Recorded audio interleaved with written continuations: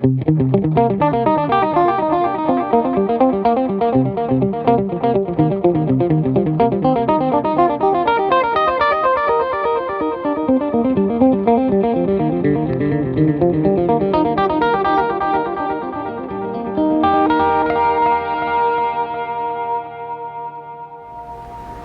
hey everyone, this is Chris Keys for Premier Guitar. I'm hanging out at the Brooklyn Bowl with Goose.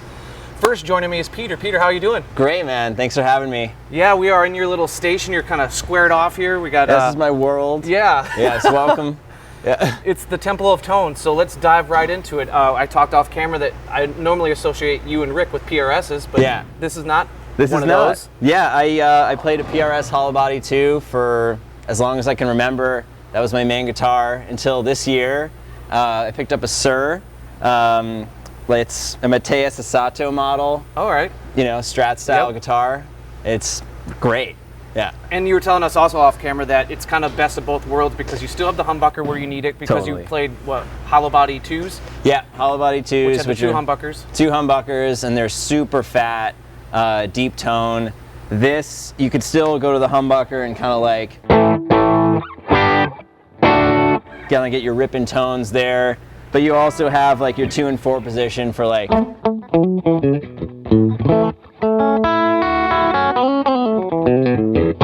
know, funkier stuff, twangier stuff. And I'm it's sure all there. With the PRS, which we will see later in the rig rundown once Rick comes out, because that one still is on stage, right? Your old PRS is now Rick's backup. And now it's Rick's backup guitar, yeah. Is it officially his, or are you loaning it to him? I am loaning it to him, yes, officially.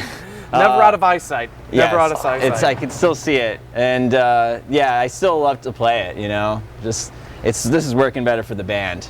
And did you experiment, or did you always know that you were going to go HSS setup? I did experiment. I actually tried like just a regular Fender Strat with the all single coils, and it was just a little too thin for when I needed to play like leads. So I was like, okay, maybe I'll try the HSS style. I had heard about Suhrs, just browsing the internet. Yeah. And I was like, that looks cool. And at first I was like, oh man, this is a lot heavier than my Hollowbody 2 was. And I was like, I don't know, this is kind of weird, but I got used to it. Now I'm totally in love, and it's changed everything. It's just life in the fast lane, man. Yeah, absolutely.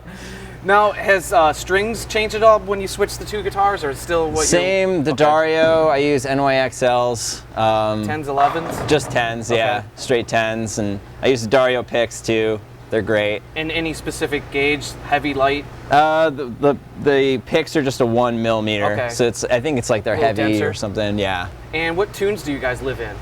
Tunings, I should say. Yeah, tuning, pretty much just always standard tuning. Okay. Yeah, with Goose, I would never really drop D. Yeah. But you know, other bands I have for sure. You know. Yeah. Throw up the horns. Yeah. Now, I know that you have a second guitar over here. Yeah. I'll just briefly show it, but you were saying off camera that it's kind of a backup. Doesn't really see much time. Yeah, it doesn't. You know, I've played it at a few gigs. It's just a Fender Strat. I think it's like the '60s reissue model. Okay. And it's really a great guitar. Like, no doubt about it. It's awesome. But yeah, I just can't get the fat tones that I need occasionally, but I do really like the way like the 4 position sounds on that guitar. It's just kind of unrivaled. Yeah. So, you know, they kind of both have their good points, but you know, this one is just like the workhorse. It's easy for me to like keep on one guitar for the whole show. Yeah. Because I have to worry about all of this as well. So just kind of stick with this guy. Now, you guys have a record coming out, which, you know, on top of already conquering the world as you guys are. Thank you. You know, trajectory that's shooting off to space. Yeah. Either one of these guitars on the new record that's coming out this year? Very much. Well, that's actually a great question. I did not have this guitar when we recorded the record, so no. I recorded a lot with Jeff, our percussion player. He like built a telly. Oh. It's a thin line telly, and I played that a bunch on the record. Rick actually plays like just a regular Fender Strat that I have on the record, which is also a thin line Strat, the Eric Johnson Strat. Oh, okay.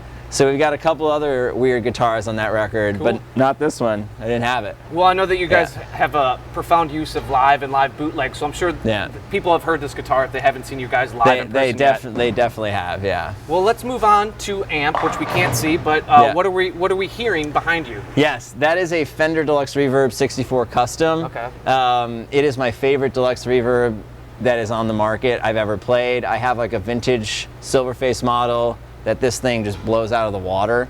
It is just so full and clean and reliable, and that is just like what you need on the road day in and day out. Like the reliability, I just can't stress that enough. Like just in a road case all the time, so many gigs, play like 100 gigs a year. Yeah. It's like this thing has never had an issue. So I've had it for 2 years. I'm knocking on wood. Yeah. I actually have another one as well, just in case. But yeah, it has been so solid and smooth. Is there anything that you've done to it, speaker swap or anything? It's Nothing. Stock. It sounded incredible. And you run some of these through that too, right? Because it has two inputs. Yes, I actually run my clavinet through that as well, and the guitar. I just use the both, like the bright and then like the normal.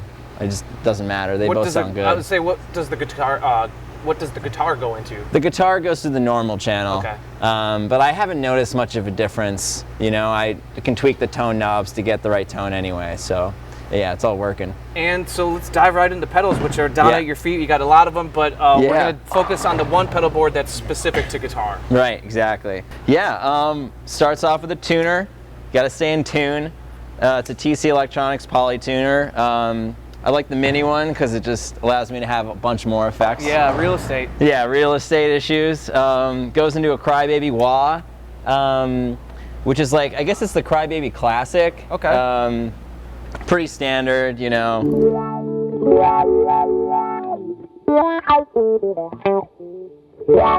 You know, regular wah. Now, how are you using that in opposite of the Mugufuger, which obviously has the envelope filter? Totally. Is that just something you want to use when you want to actually, I guess, control the expression of the vowel sound? Yeah, very much so. I think like it works really well. Like we go into a lot of like deep jams, improvisation, and it works really well when we're kind of like in a darker space, and I can kind of like ride like a kind of like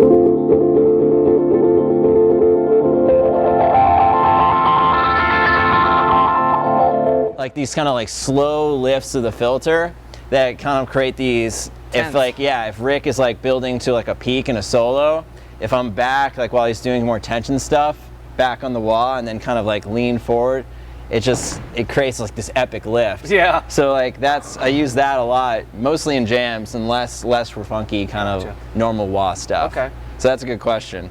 Moving on then. Yeah, that goes into a Keeley compressor, which I recently got. I had been like interested in compressors and kind of searching and hadn't really found one that I liked until I tried this. I turned it on, everything at 12 o'clock, switched it over to the single coil setting, and I was like, this is exactly what I've been looking for. And it's still there, all dials to noon. it's still there, all dials to noon.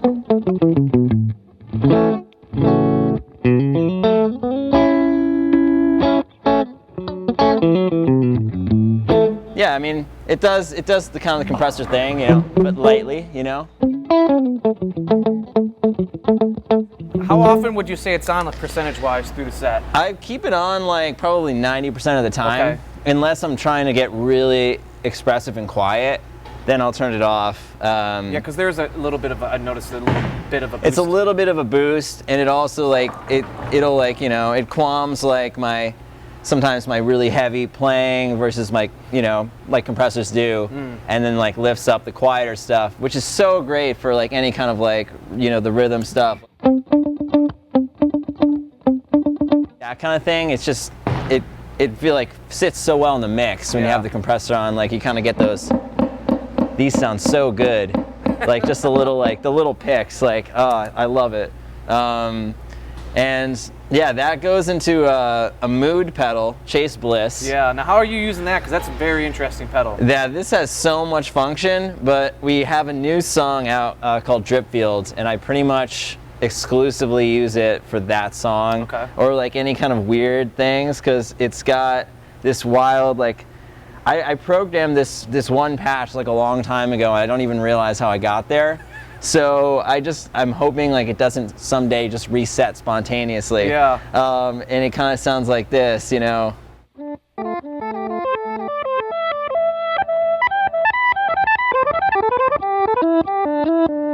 So it's like reversing, obviously, but also throwing it up an octave or two, I think maybe, and then it kind of like speeds up and slows down occasionally, like.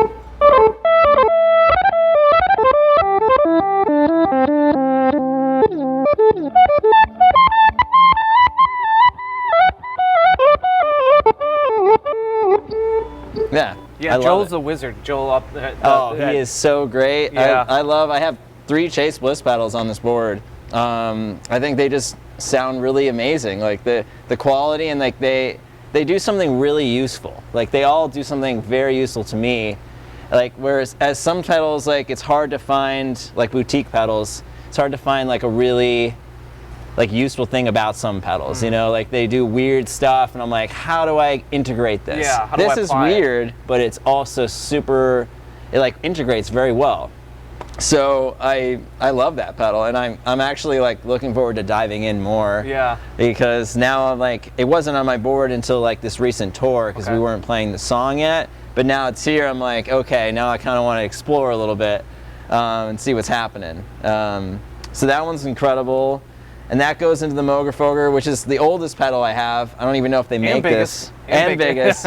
I know, I kind of like, it took a second to be like, okay, do I really want to sacrifice all this real estate? But you know, it just sounds fantastic. That's the sound.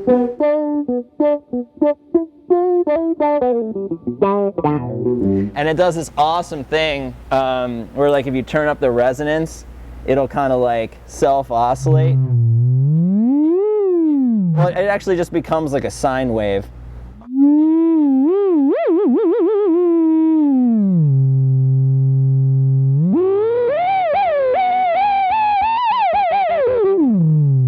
It reacts to like the notes you're playing. I just think that is like one of the coolest things ever on a pedal. I'm like obsessed with that, and I love whipping it out like when we get weird and people are like, where's that sound coming from? You would never expect it, you know? It's such a cool, I mean, it's basically a Moog and a pedal a little bit, you know? Love it. Yeah, that one's so fun. From there, it goes to Drive Town, which is like... Drive Town, I like that. Or actually, no, it goes to the Small Stone Phaser first, which is my favorite phaser because it's so simple. It just sounds great. It's got this really cool feature where you switch up the color knob to the top.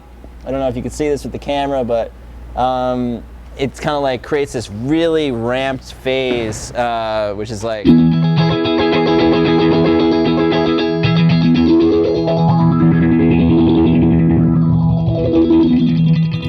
I love that. Yeah. It's really, that's another great one for like jams, if we're like building tension. Kind of like kick that on right as we like about to like, you know, go back to like whatever the main riff or the one or whatever it is, like right as we're about to like resolve, you kick that on, it does the big ramp thing, and then I click it off right as we hit, you know, and that's always like a big moment. I love that effect. Another artist that I really like that you know, extends his music is Billy Strings. Yeah. He does that same type of effect with no the phaser. way. Yeah. I'll have to talk to him about that. Yeah, and it's in our rig rundown with Perry hosting, he kind of showed how he uses that right before the tidal wave rolls over. That's incredible. Yeah. Oh, I have to watch that. The phaser is a tool of the jams. It's so like, oh, I love it. And I found out about that one specific pedal from Kevin Parker, Tame Impala. Yeah. Because he uses it on like a bunch of songs, like on the early records, in that crazy like ramp phase setting. I was like, how am I ever going to integrate this? And I found it works great for like those moments in jams. I'm like, sick. I love it. My favorite pedal, you know? So now we're going to Drive Town. Now we're going to Drive Town. I've got the Analog Man King of Tone, which I pretty much keep the left channel on almost all the time. Okay. It just adds a really nice color to my tone, a little bit of like subtle drive in like, you know, with the compressor. Like this is pretty much my normal tone like all the time. It's still clean, but there's a little bit of breakup. you know, and I like it like that. You know, I think it's more interesting and it like speaks to me more. Yeah. I then sometimes kick on the red channel, which is a little bit of a darker drive, I'd say, than the TS9.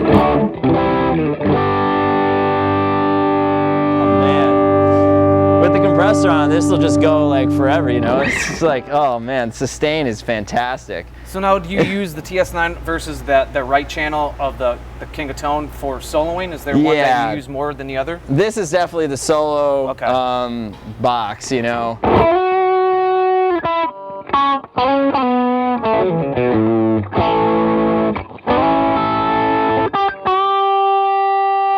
And yeah, again, like, that's awesome.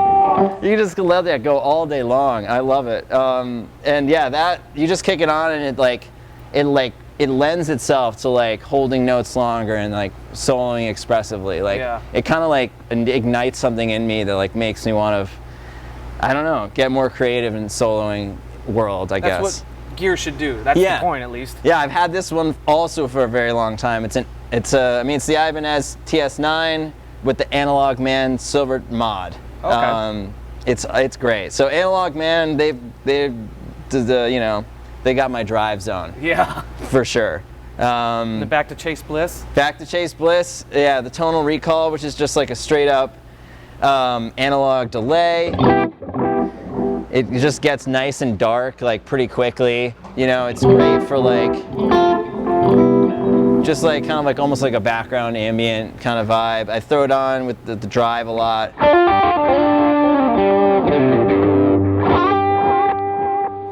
Just like a subtle delay to throw on, you know, for lead licks and stuff. And it's easy because it's just right there at the click of a button. Yeah. Because that leads me into like the Strymon timeline. How do you use that versus the recall being another delay? Yeah, exactly. The timeline is more of like I'm gonna go in and like kind of like you have to menu dive a little bit. You know, you have two like ready like recall presets. Like like a regular delay like this. I've kind of got my dotted eighth note delay that I use for like that's actually integrated into a bunch of Goose songs. Where that's, you know, I use like that's specifically for lead lines. Yeah. And then in this one I have like this like swell delay.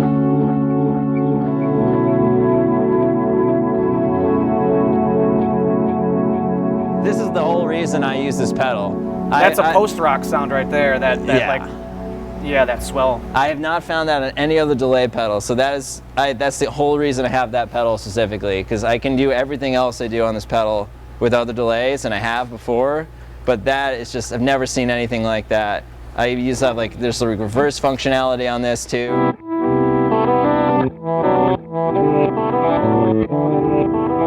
It's a little more standard than the Mood is, but you know, since this one you kind of have to like, you know, do a couple more taps to get what you need or whatever. That's why I like having the tonal recall just in case, you know, you need a quick delay. You go right to that. All right. Leading into the Strymon Flint, I love this pedal as well. I've had this one for a long time.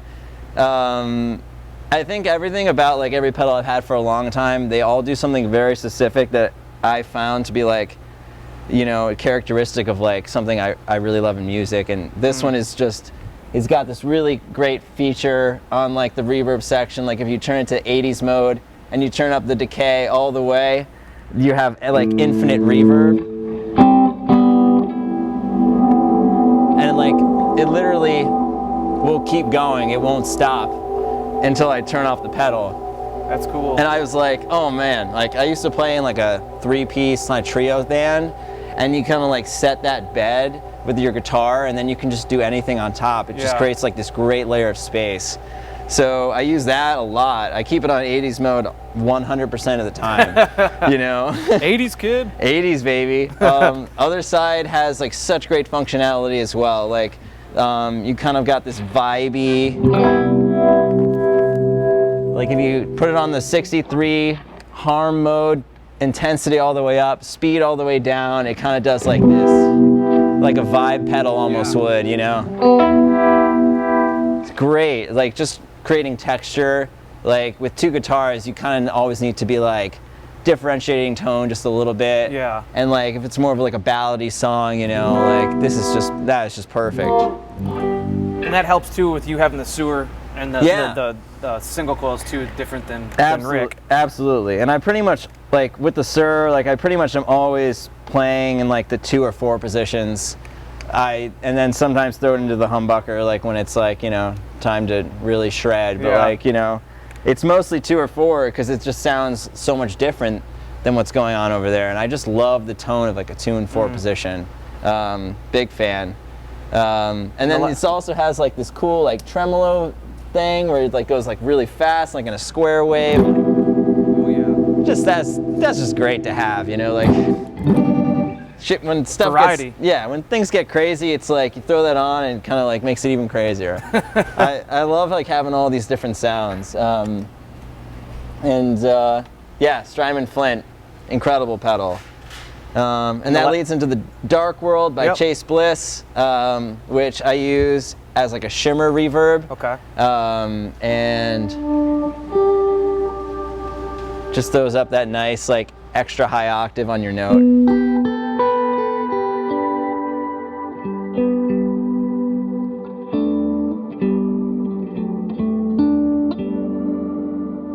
Oh, so pretty.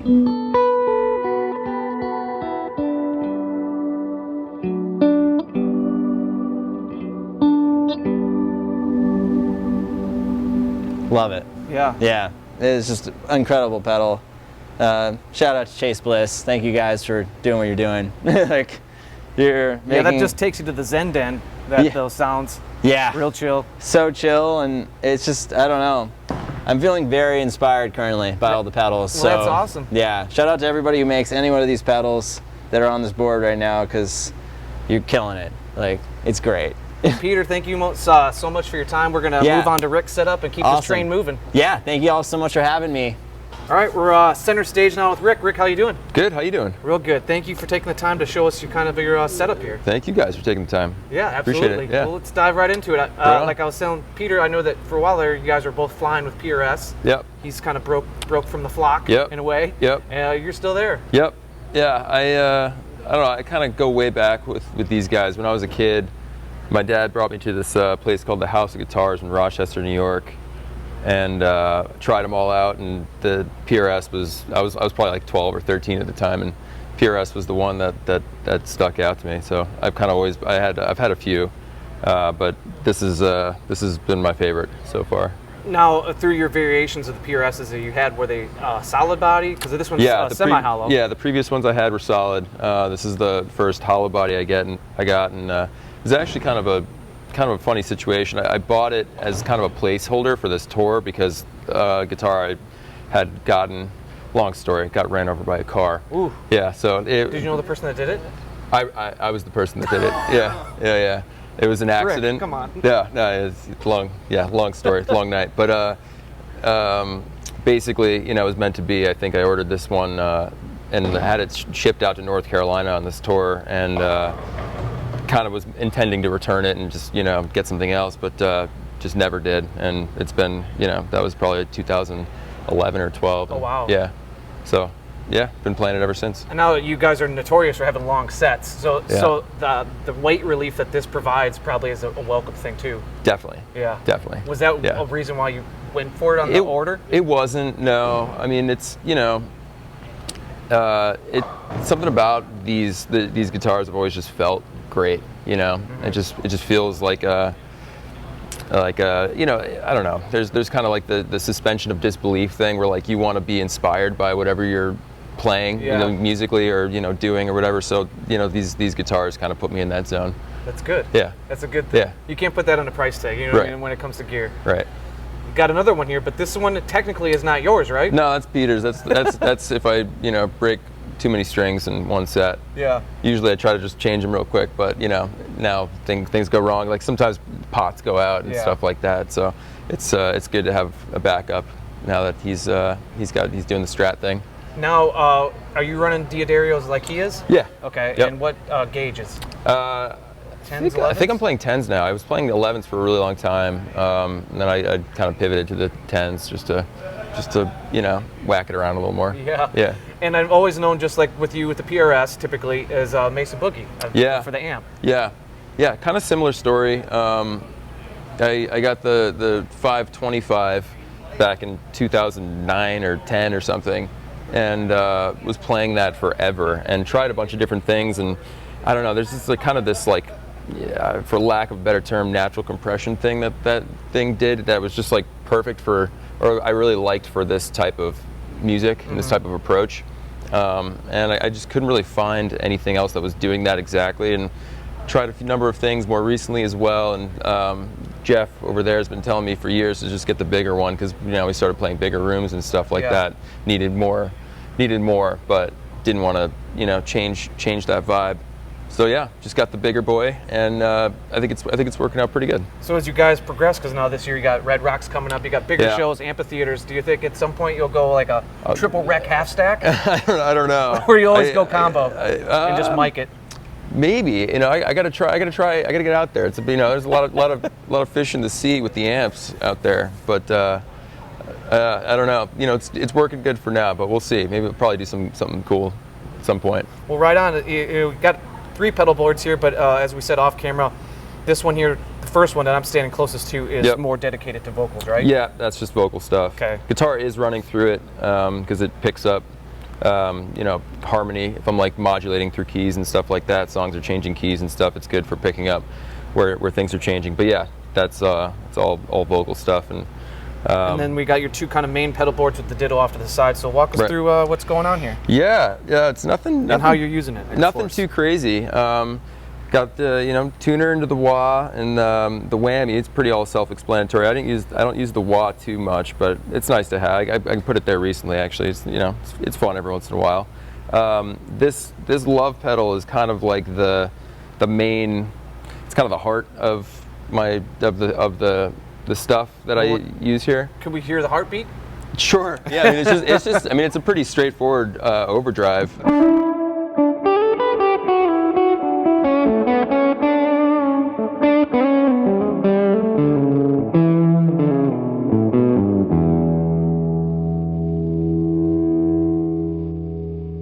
a lot of verb here.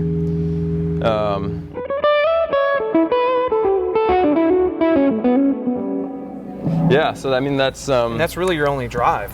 I use the deco, the tape saturation on the deco is kind of like the second tier. Sometimes that it's obviously a very different character. Sometimes I rock just the saturation on that, but when I really need to jump, pierce through, if things get real crazy and real hot, then that's like the big push right there.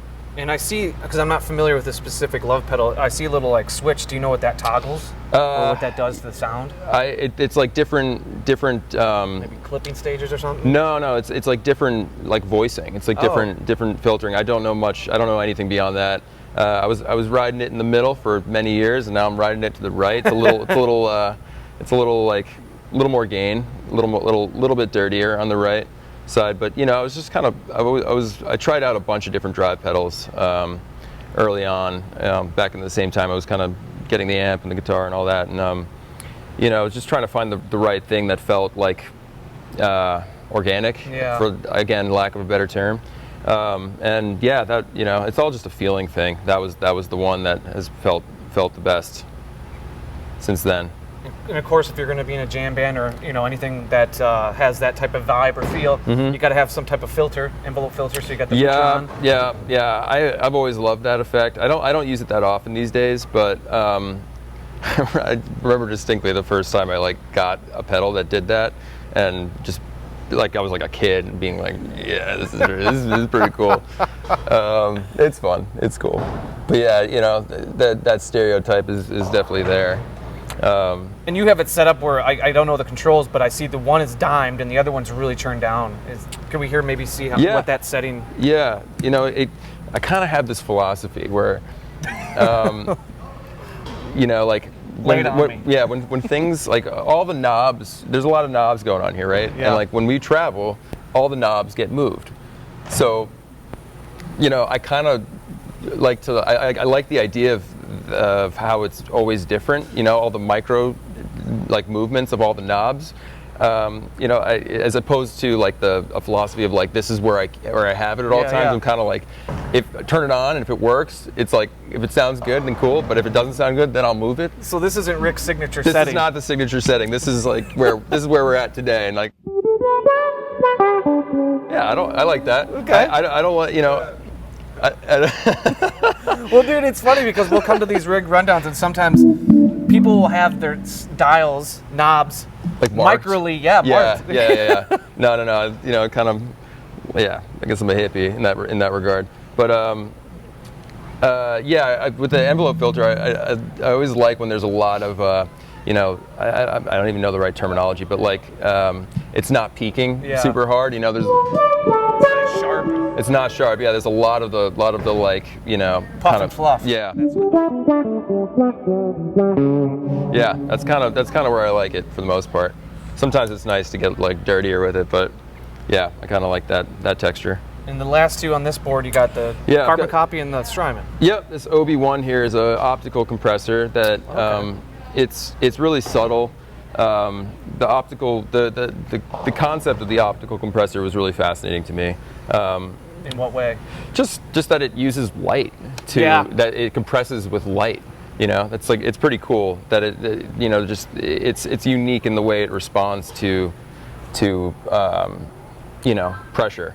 In that it's, you know, it's activating a light and the thing is literally, you know, compressing via this light shining. So if you find that like astonishing, you should check out this company called Game Changer Audio. Yeah. Because they use a light for reverb pedal, and then they also have like some type of voltage thing for distortion. Yeah, they're worth checking out. Yeah, Game Changer Audio. Perry, do you know where they're from? I want to say like Lithuania. Yeah, they're rad dudes. Cool. I think Lithuania. I think. Sweet. But they're rad dudes, and their pedals are all based on like these weird, like the reverb and their distortion are both like head scratchers. But interesting. It's and then because of that, they produce really wild sounds that you don't hear in a typical overdrive or reverb. Yeah. So if you're into the optical idea, I think you should check out them. Cool. Yeah, I will do. That sounds really cool. Always looking for new toys. But you got the carbon copy. Yeah, this has a boost on it too, which I use, a clean boost, which I use pretty often. You know, nice, like kind of a nice 2-in-1 right there. I don't think they're making those anymore, which is kind of a bummer because I think this thing's great. I have it on pretty much all the time. And then the carbon copy. I had the smaller version for many years and I love what that thing does tonally.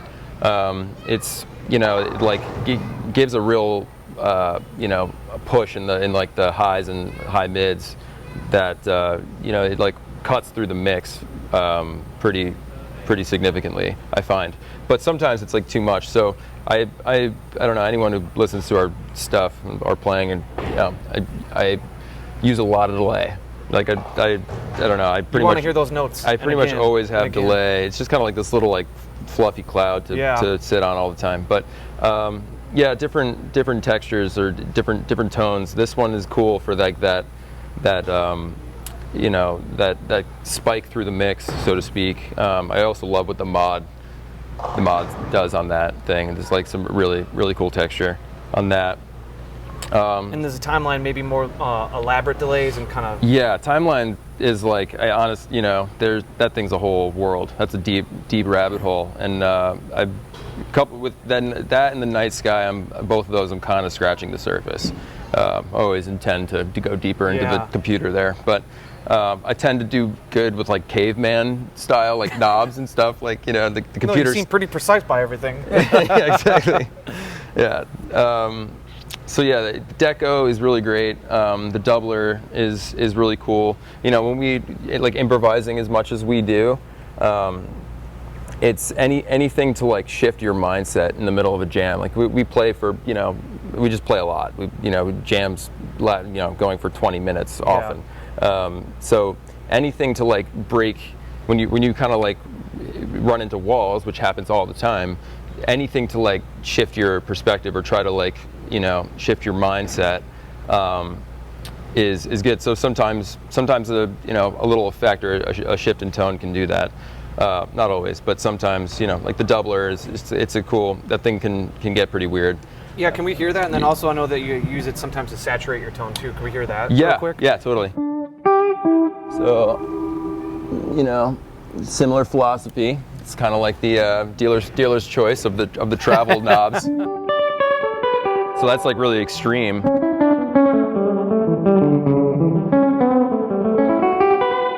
But you know, you can get it tighter as well, which is cool. So like, you know, clean.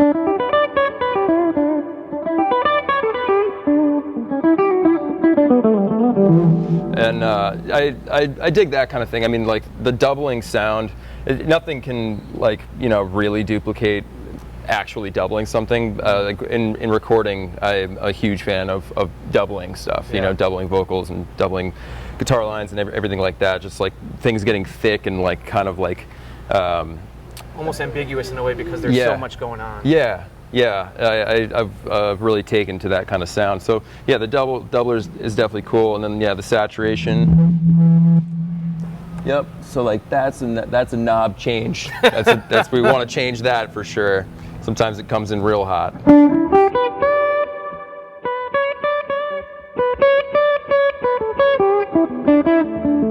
So like, you know, it's subtle, but it's something. Yeah, it's something, and you know, it can get. You can actually get like a ton of volume from it. So that, I mean, it's got saturation, but also volume. So if I really need to go crazy and like, you know, send a rocket through the mix, that's the way to do it. But like, you know, my typical, you know, setup will be the love pedal. And if I need to get, you know, kind of wild. But that's where I max out, you know. Got it. But that thing, like, you know, I can take that thing to the fence if I need to, you know, which is cool. You got the El Capistan. El Capistan, yep. I think the chorus is next in the chain. You know, nothing special going on there. Same idea as the doubler. Kind of does a similar thing. I often put both of them on at the same time to get just like extra. Really confusing. Yeah, well, I mean, it's, you know, well, here's just the chorus.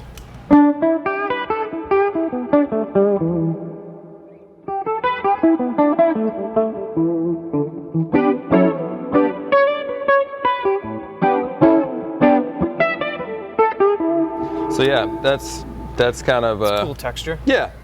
It's a combo I dig a lot is like putting on the low octave with the whammy, with this guy and maybe some drive.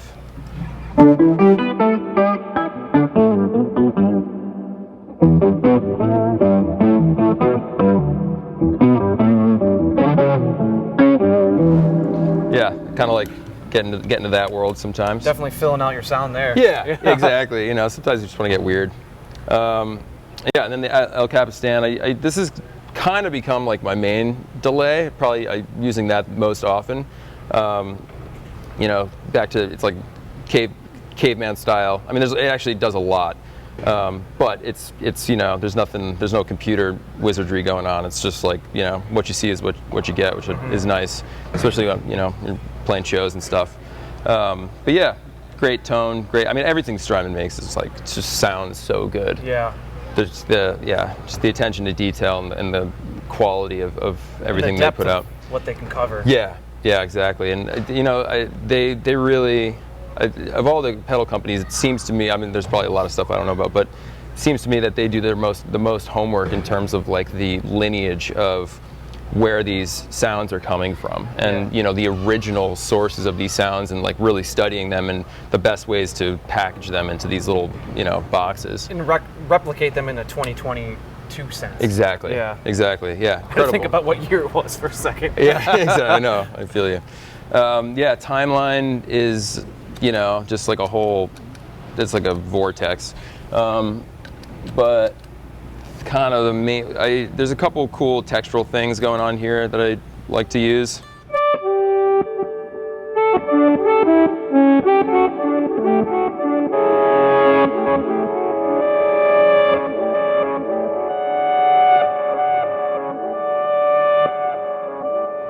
We get into a lot of like textural spaces, you know, throughout these improvisations. Sometimes you want to like bring the groove out and just, you know, get strange for a second and do it. Yeah, exactly. Things like that. can take you different places. And then similarly, this is a cool like pad kind of thing.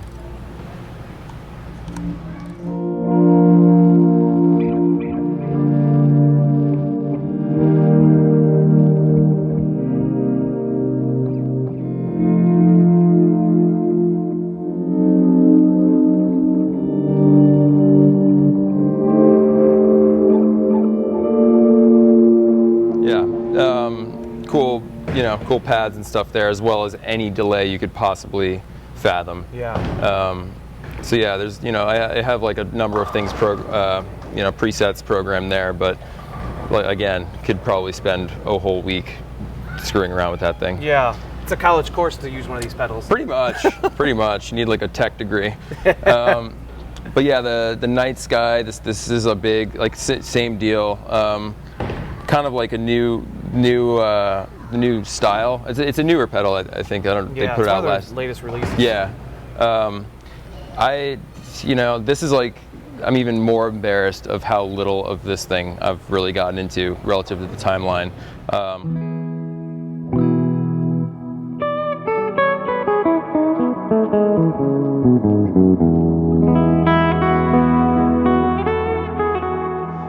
I'm really just using it as a big reverb right now.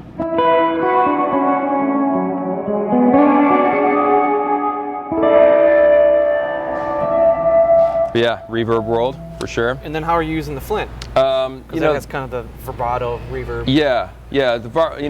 Last night I was really messing around with like trying to scare the kids with the vibrato.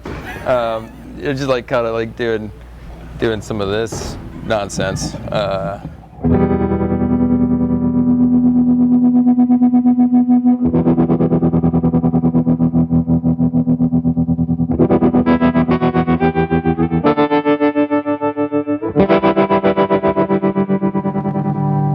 Yeah, some of that stuff. But sometimes I just put it on as like the typical or like the more conventional vibrato, texture if we're playing like a song that is a little bit more, sometimes I hit it on to, more like vibey tune or, songwriting zone kind of space. But I never really like knew what was up with the vibrato. It's never really a thing that I messed with much.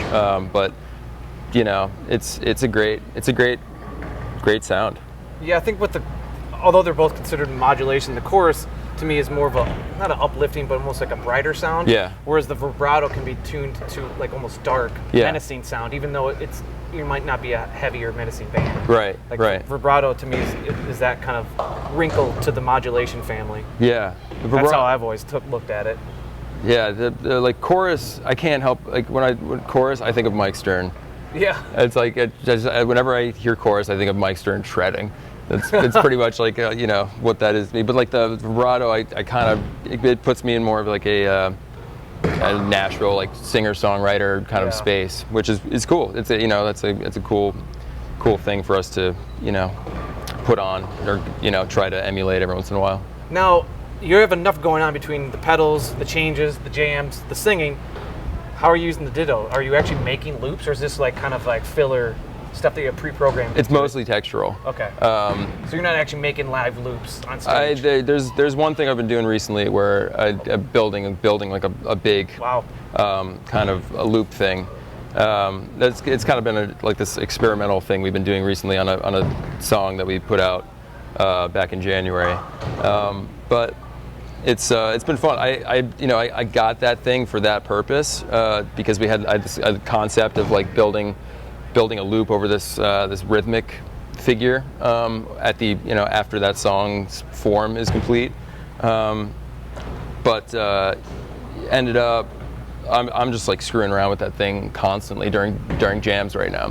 Yeah. It's like what I was mentioning before, like finding things to sort of like take you out of your head while you're improvising, because the more you're in your head, the more you're kind of going to run up into walls when improvising, I think, and just get stuck in like the same little like box and like licks that you gravitate towards. And the whole idea with improvising is to break out of that, is to go places that you play, come up with ideas that you have never had before, or like, don't normally gravitate towards. It's the intent behind it. And the percentage of the amount of time that actually happens is small, but it's worth it. That's kind of the ethos, or that's the goal. It's the philosophy of the whole thing, really. But point being, the loops and like some like reverse, like I love the reverse stuff, and like just setting some kind of texture in the middle, while we're getting started on some trajectory. It's like the most effective thing that I've found so far, to just like take me out of that zone and just start playing openly, you know. So yeah, this thing's really fun. What's really cool about this pedal that I found, one, it's like, very, very well qualifies in the caveman qualities of like, it's just, there's like 4 knobs and four buttons, it's not too much to handle while you're just like in the zone. But the effects, it's really unique, I think. There's 2 different loops. You can set it so each loop is its own loop, which is pretty cool. And they can kind of like, one can be a 10-second loop, the other one could be a 2-minute loop, and they're like kind of like, changing how they're interacting with each other over time.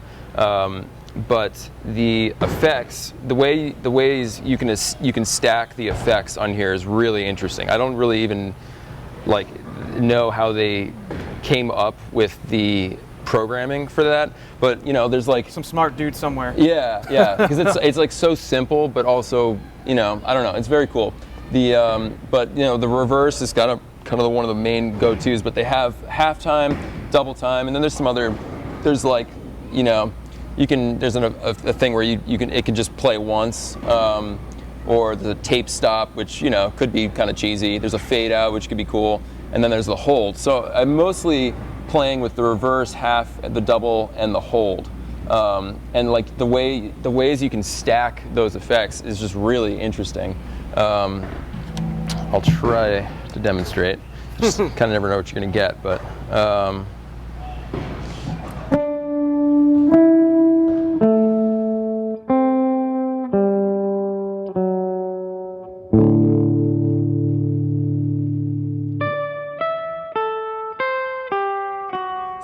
Double is already activated here for some reason. So like I turn double off, go like activate reverse, right? And then I'll go to half. And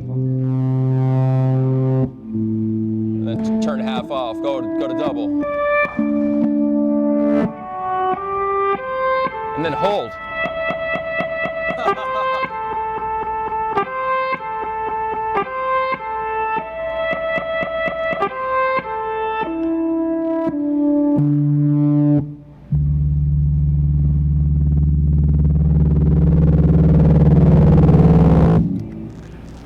So that thing's fun. Yeah, that's an adventure in a box. Exactly. And it's very unassuming. Like you look at it, and it's kind of like, okay, it probably just does some loop stuff, but it does. But it's goes a lot of cool places that you wouldn't expect. Yeah, you got to kind of let it lead, and you're along for the ride. Yeah. It's very, very easy to let that thing, take you places. It's cool. Well, Rick, I really appreciate you taking the time. You guys are taking over the world. One sellout at a time, so we appreciate make some time for us to talk gear and have a rig rundown with you guys. Thank you. Thanks for taking the time. All right, everyone, stay safe out there. Keep rocking.